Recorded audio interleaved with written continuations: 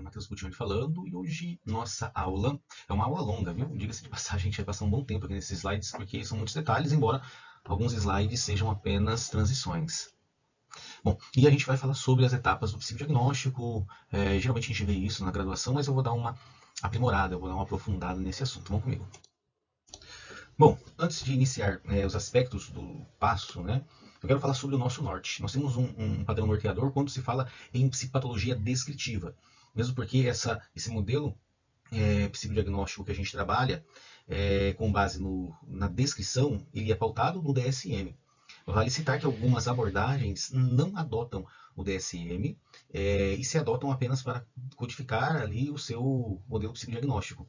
Na maioria dos casos, alegam um pouquinho de rotulação, um pouco na rotulação, e aí acaba tendo essa divergência. O que eu digo, né? Eu vejo a psicopatologia como descritiva, explicativa, odontológica, né? E desses modelos todos, nós temos o nosso modelo de abordagem. Então, eu tenho um modelo explicativo dentro da TCC, da comportamental e por aí vai, ou psicanálise, etc. O modelo descritivo, ele é para dizer características sintomáticas e ponto. É isso agora que a gente vai pautar.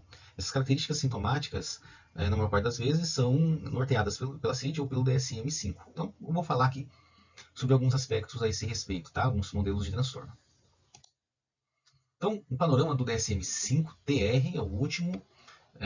Mudou algumas questões aí do DSM-5 apenas, mas a gente consegue ver todo o desenho, né, do DSM-5-TR e que não mudou essa visão geral que a gente vai trabalhar aqui hoje.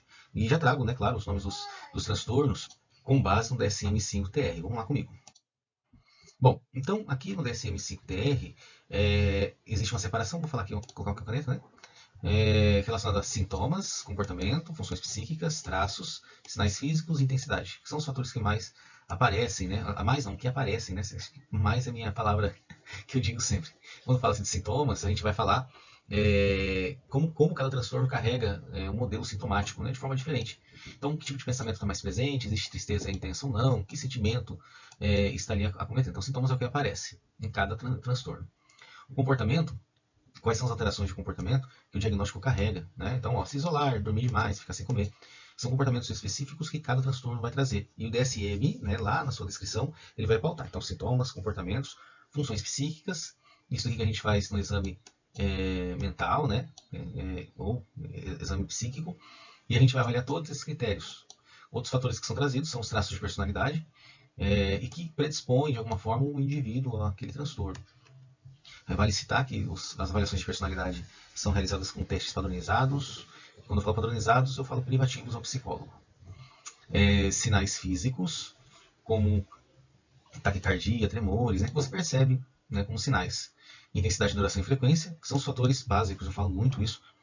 O que eu tenho, a minha ansiedade é transtornada ou não? Né? É aqui que eu vou pautar. Né? Qual a intensidade dela? Qual a duração? Qual a frequência? Então, eu vou pegar a ansiedade, vou olhar seus sintomas, seu comportamento, suas funções psíquicas, impacto ou não do traço de personalidade e por aí vai. Ok? Vamos lá, prosseguindo. Dentro dos critérios diagnósticos, eu trouxe todos aqui que estão lá. Então, a gente inicia com o transtorno do neurodesenvolvimento. Existe uma ordem cronológica nesse sentido, porque os primeiros transtornos que nos acometem é esse, do neurodesenvolvimento, que vai entrar lá. Transtorno de aprendizagem, transtorno de fala, vários outros transtornos aqui que a gente tem na fase infantil, né, que tem relação com o desenvolvimento humano. Prosseguindo, a gente tem de espectro de esquizofrenia e outros psicóticos. Nós temos o bipolar e relacionados, o unipolar de característica depressiva, o unipolar de característica ansiosa, os obsessivos compulsivos, o relacionado a trauma, os dissociativos, somáticos, alimentares. Então é um universo muito grande, né, que a gente tem quando se fala de transtorno. Apesar que a gente ouve geralmente o quê? Né? Tudo é depressão, tudo é ansiedade, mas nós temos um mundo muito grande relacionado a esse tema. Continuando, a gente tem de eliminação, de sono e vigília, dos sexuais, de gênero, de impulso, de substância. Os neurocognitivos aqui a gente já vê a diferença, porque aqui você já tem maturidade, já está maduro todo o desenvolvimento, mas existe uma alteração. Os de personalidade, parafílico e outros, né, induzidos por substância, etc, etc. É uma gama muito grande de transtornos, né, que a gente possui e vai depender muito da perícia e habilidade do psicólogo fazer esses diagnósticos.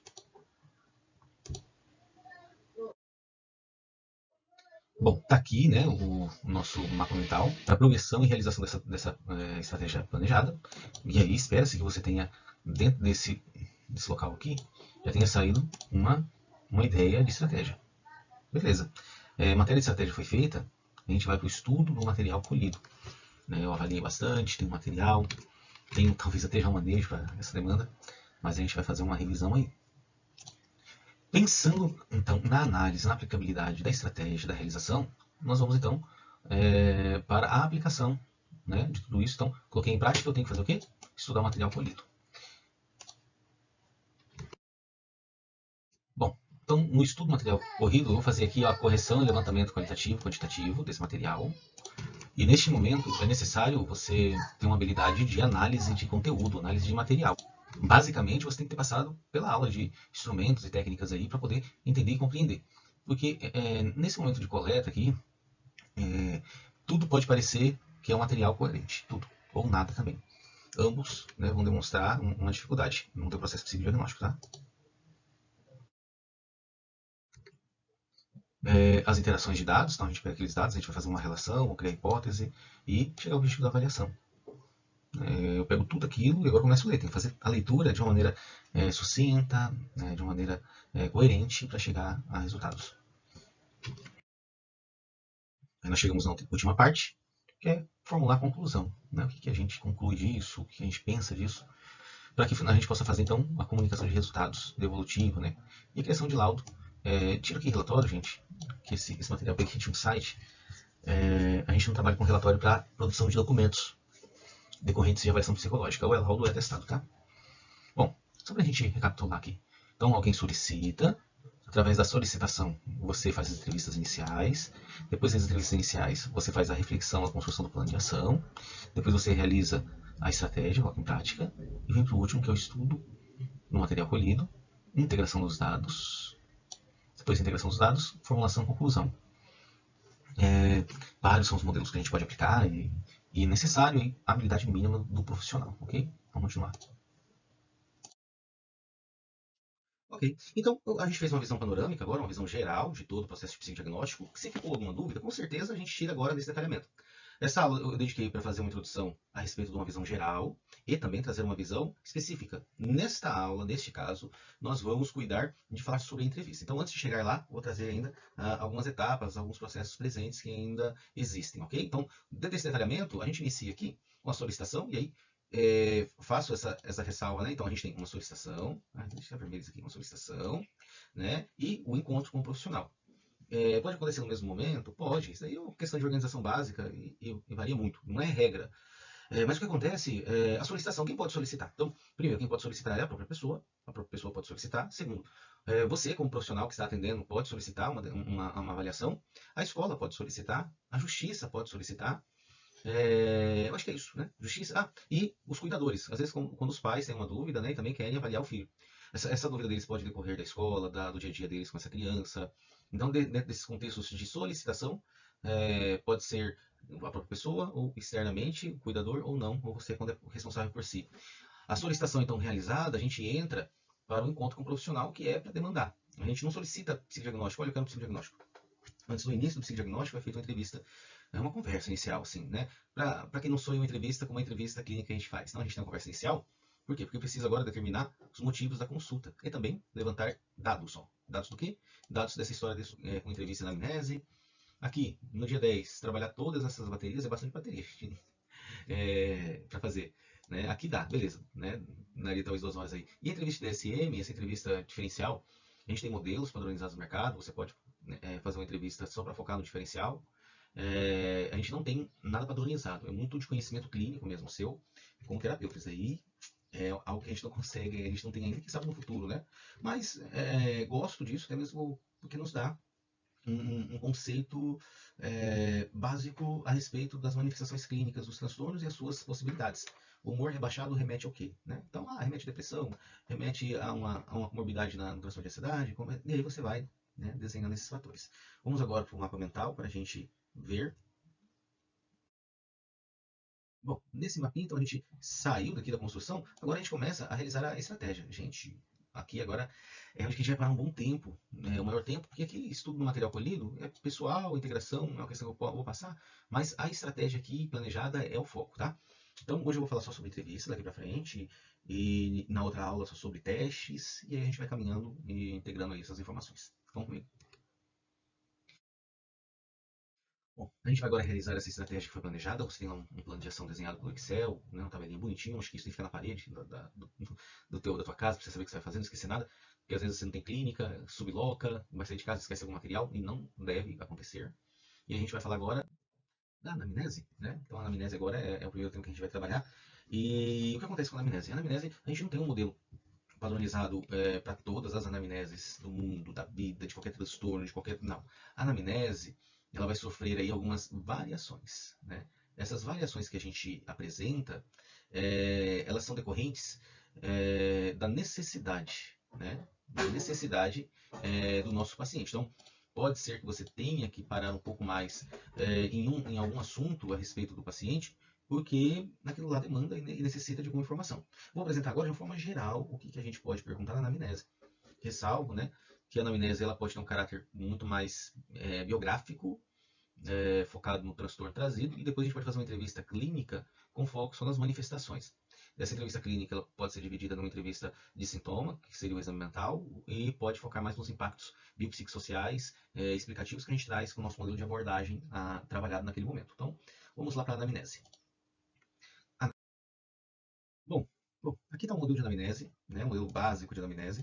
A gente vai estar falando um pouquinho por cima, tá, gente? Só para vocês entenderem. Então, observe aqui, né? Os dados não são decisões muito pessoais. Idade em anos, né? Em caso de infância, a gente vai contar até meses, né? Por isso eu falo que muda. Escolaridade, né? Dependendo do caso, a gente coloca o que está concluído apenas. Em outros casos, a gente vai colocar em andamento. Ou, em alguns casos, a gente vai colocar que tem o ensino médio aqui, porém, essa pessoa trancou a faculdade. Então, que escolaridade que é? Que tem relevância? A gente vai trazer.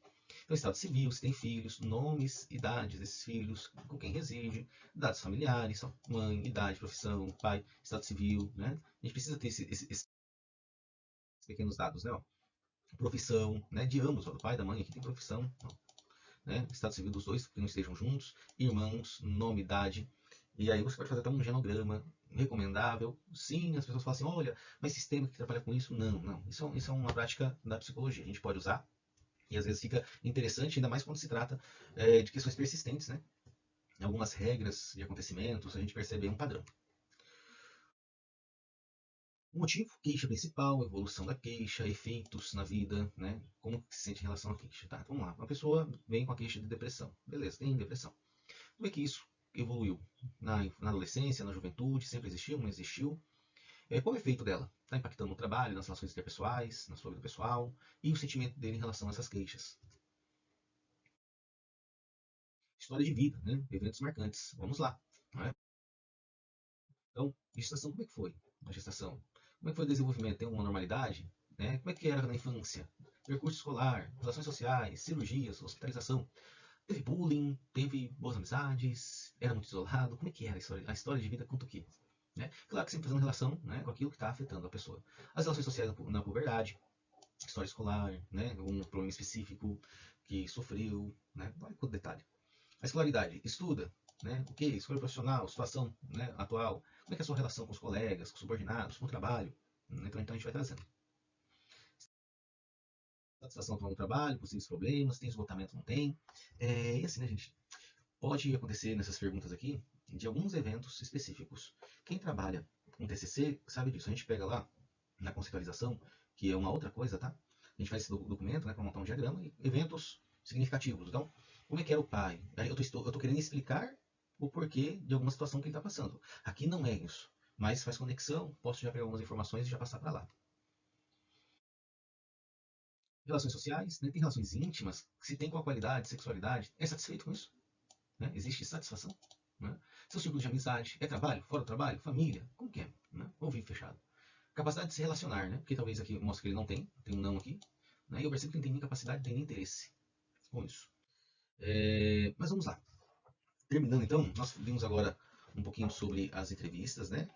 A anamnese, falamos um pouquinho das suas relações sociais, da sua idade madura, como ele se sente em relação a isso.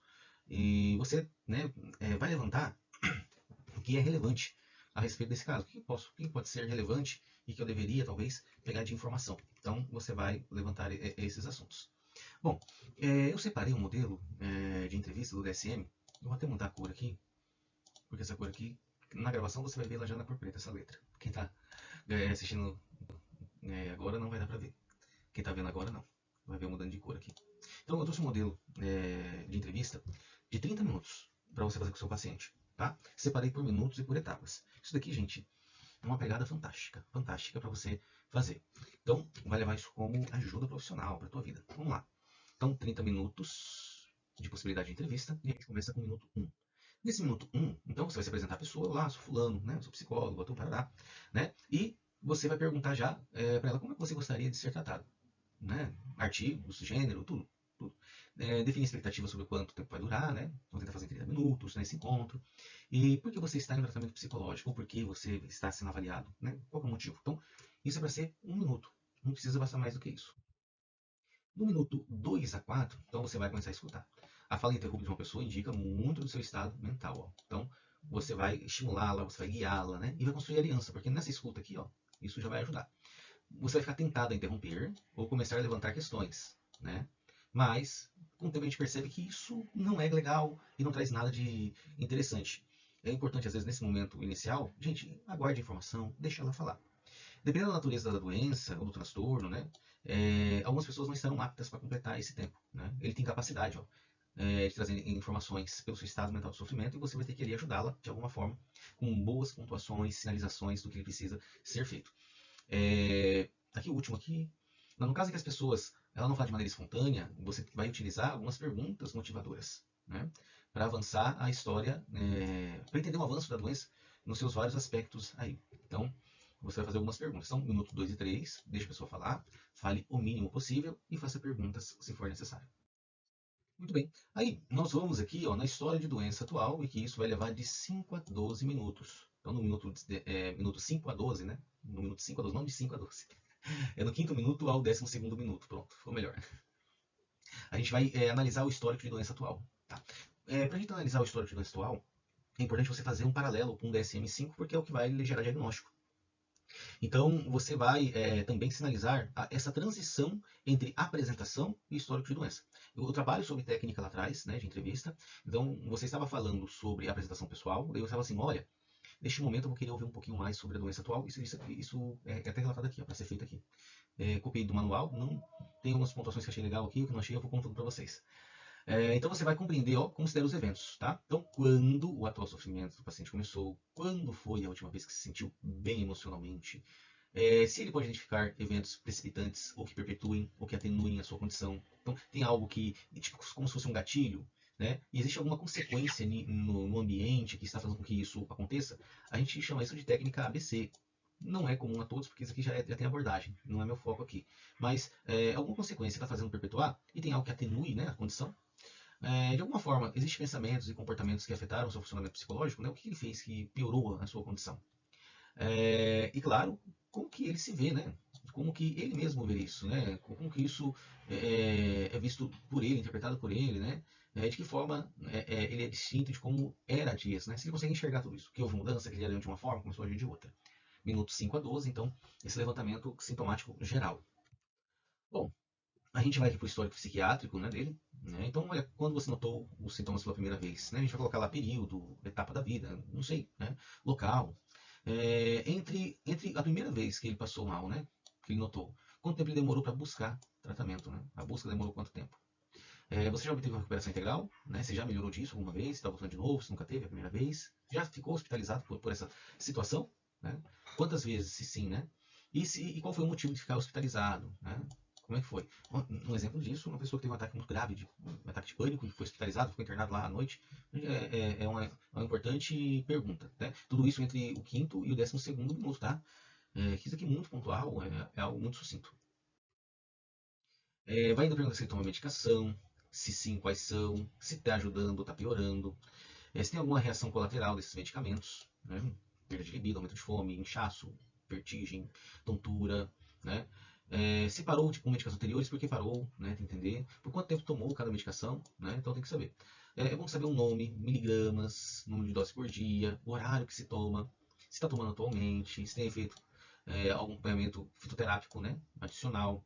Se já recebeu medicações injetáveis ou eletroconvulsivas, é um apanhado psicofármaco que a gente faz. Até para entender, né, um pouquinho do horário da vida desse sujeito, né, desse paciente. Tudo entre o quinto e o 12º. A gente vai falar agora de segurança, né? Então, um dos maiores prognosticadores de comportamento futuro é o comportamento passado, né? Então, eu preciso saber assim, olha, há algum risco nesse paciente? Já teve tentativas, já teve alterações significativas de humor, ele já se feriu, tentou se matar, ó, e se sim, quantas vezes? E como ele tentou isso? Até para eu separar uma tentativa suicida de uma para-suicida, né? Que a para-suicida é um interesse, a pessoa sabe que não vai conseguir e ela faz para ter um certo amparo, né? Claro que eu falo para meus alunos, não existe para-suicida para gente, viu? Tudo é suicida, mesmo que você identificar. O que o tratamento médico ou psiquiatra recebeu depois das tentativas, né? Se ficou validade, quem convivia com você na sua infância, tem crença religiosa, e é extremamente importante, né? Essa visão às vezes que a pessoa tem, não tem, né? Você não vai querer saber por quê, como é, não. Né? É só para ajudar aí numa leitura geral, né, a respeito do adoecimento. Histórico social, né? E atualmente, né? Como você se sustenta, como estava antes, ficou sem trabalho, você já ficou quanto tempo, que trabalho teve nos últimos 5 anos, já serviu Forças Armadas, qual posto você alcançou, teve dispensa, já foi detido pela polícia, né? Então a gente precisa aí, de alguma forma, entender como a gente pode fazer essa análise, né? Então a gente vai analisar, vai observar todos esses fatores aí inerentes ao processo clínico. Vamos ver. Né? Histórico social, ainda algumas perguntas que se repetem, tá? Aqui, né? Tempo online, gosta de relacionar a si mesmo, com os amigos, tem algum confidente, impulsos, fantasias que possam ocorrer e decorrer. Esse modelinho eu vou passar para vocês, está no slide, né? Na verdade vai ficar no slide PDF. Vocês podem copiar lá e fazer a entrevista como vocês bem desejarem aí. Questão sexual, né? Desempenho, né? Conforto com o seu gênero, relacionamento, você já foi casado, você tem filhos, né? Com quem eles estão atualmente. Esse modelo do DSM é um modelo muito bacana com aquele modelo anterior, mas esse aqui está para cruzar os dados entre eles. Minuto aqui 24 e 28, a gente entra então no exame mental, que a gente vai ter uma aula só para isso. Na verdade, serão várias aulas, né? Então a gente vai começar analisando aparência, comportamento, fala, humor, afetuosidade, processo de pensamento, conteúdo desse pensamento, cognição, insight, né? São aspectos básicos que a gente vai levar aqui. Eu acho que teve aqui só uma alteração dentro aqui, deixa eu ver. Porque nesse estado de exame mental, a gente tem aí um modelo que a gente usa com base na psiquiatria, né, e que nos ajuda a fazer um olhar sobre todos esses aspectos aqui. Claro que tem um roteiro para isso. Eu vou separar uma aula para cada ponto desse daqui, muito detalhado, tá? Números 29 e 30, já acabando, né? Então, as perguntas que eu te fiz, né? Abordam suas maiores preocupações e problemas. Será que ela reflete isso? Há algo de importante, né, que eu deixei de falar, talvez, né? Tem algo que você queria falar além disso? Então, isso é um modelo de entrevista direcionada. Você pode fazer uma entrevista aberta com o seu paciente, né? Então, fica muito a seu critério, né? Muito a seu critério. Você pode não utilizar aí nenhum desses modelos, né, que eu trouxe. E para terminar, né, a gente vai aqui já para o próximo slide. Nós vamos no próximo slide agora falar um estudo de caso, vou ser muito rápido nele, até mesmo porque essa aula já dura aí 1 hora, e eu não queria nem passar de 1 hora, que já é uma aula longa, mas vai ser um estudo bem legal para a gente ilustrar a prática da entrevista clínica, neste caso aqui, anamnese, ou anamnese com aspectos clínicos, vai depender de você como avaliador, ok? Então vamos lá para o estudo de caso. Bom, nós vamos utilizar hoje o estudo de caso, né, do jovem ansioso, né, chamado Frank. E ele veio lá com uma demanda, né, como eu disse, né, trazido para a gente uma solicitação de alguém que tem alguma demanda. Beleza. Quando ele chega, né, essas angústias, né, a gente percebe aí na fala anterior que era devido ao seu casamento, a gente já entende que não é uma avaliação de justiça ou algo parecido, né, é uma avaliação relacionada aí a uma questão cotidiana. E ele chega para essa avaliação com o uniforme do trabalho, é muito limpo, mas o detalhe é que ele era mecânico, esperava assim um uniforme não tão limpo, né, vindo de um mecânico. Apesar da gente ter modelos de oficinas hoje, né, que tem 5S, trabalha com um uniforme branco, mas não é o caso. 24 anos, primeira vez que visitava um profissional de saúde mental, várias perguntas que a gente já colocou lá atrás. Se era a primeira vez, se já passou, como foi. Ele não tinha muita certeza se ele precisava e nem se ele queria estar ali, né? Mas ele sentia que estava começando a desmoronar, então ele foi procurar ajuda, né? Porque estava tendo dificuldades matrimoniais devido a essas questões de ansiedade. Ele percebeu que não faria mal nenhum, né, confirmar se precisava mesmo de ajuda, era só uma avaliação, estava tudo certo. E aí a gente tem a transcrição agora, ó, na próxima entrevista. Então, jovem, 24 anos, sociedade, problemas de casamento. Terapeuta, então, né? Deixa eu pegar aqui minha caneta que saiu. Então, o terapeuta vai lá e fala: olha, o que vem te perturbando no último mês? Né? Faz um recorte temporal bem próximo ao dia da consulta. E o Frank diz: olha, eu tenho vários problemas matrimoniais, beleza. Eu me casei, tem 9 meses e tenho estado tenso no lar, tenho discutido bastante. E aí ele fala assim: olha, isso é algo recente, né? Também, tipo, recente, dentro de um mês, uma semana. Ele fala assim: olha, bem, não é tão ruim, né? No início, a gente não tinha tantas brigas, agora a gente tá piorando, né? Ele tá ficando muito irritado, palavra irritado aqui, e no serviço dele, e ele não consegue fazer o trabalho. A gente já vê por que ele foi, né? Tem problemas no casamento, nos últimos meses piorou bastante, e no começo não era tão ruim, apesar de ser um casamento de 9 meses, começo é um negócio. 9 meses já é começo, né? Então, vamos lá. Então, nesse caso aqui, que a gente vai observar? Ó, começamos com solicitando ao paciente, ele vai descrever relativamente aberta, né? Então, o que se passa com você, quanto tempo tem isso, quais são suas dificuldades. E aí, quando a gente fala de adulto, ó, né, ou com criança com idade suficiente para verbalizar, né, para nos contar, a estratégia de abertura ela é boa, porque o que está acontecendo com você, o que trouxe aqui, era antes assim, como é que era? A gente vai num ponto amplo, ele consegue trazer para a gente uma demanda, uma reclamação, e isso não o deixa constrangido. Através da sua fala, a gente vai conseguir relacionar ó, detalhes da vida com coisas que ele vai trazer posteriormente nas entrevistas, tá? Que são problemas centrais que a gente vai estar levantando e fazendo relação. Após o Frank escrever em pormenores sobre o principal problema, o terapeuta lhe perguntou a respeito do casamento e do trabalho.